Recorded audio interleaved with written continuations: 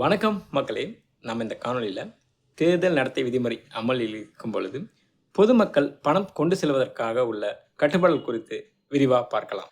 அதாவது தேர்தல் நடத்தை வழிமுறை மாடல் கோட் ஆஃப் கண்டக்ட் அமலில் இருக்கும் பொழுது பணப்பட்டுவாடாவிற்கான சில வழிமுறைகளை தேர்தல் ஆணையம் வகுத்திருக்குங்க.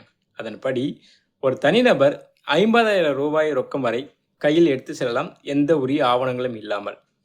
அப்படி 50,000க்கு மேல் உரிய ஆவணங்கள் இல்லாமல் அவர் பணம் எடுத்து செல்லும் பட்சத்தில் அந்த பணம் பறக்கப்படையால் பறிமுதல் செய்யப்படுங்க. சரி, உரிய ஆவணங்கள் என்னென்ன அப்படிங்கிறத பார்க்கலாங்க. அதாவது தனிநபராக இருக்கும் பட்சத்தில் அவர் தன்னுடைய அடையாள சான்றா, ஆதார் கார்டு, வாக்காளர் அடையாள அட்டை அல்லது ஓட்டுநர் உரிமம் இதை கையில் கண்டிப்பாக வச்சுருக்கணுங்க. அதே மாதிரி பணம் குறித்த ஆவணங்கள்னு பார்த்தீங்கன்னா வங்கி ரசீது, அதாவது வங்கியிலேருந்து பணம் எடுப்போம் இல்லைங்களா, அதற்கான ரசீது அல்லது அது சம்பந்தமாக பெறப்பட்ட குறுஞ்செய்திங்க, இது கண்டிப்பாக இருக்கணும்.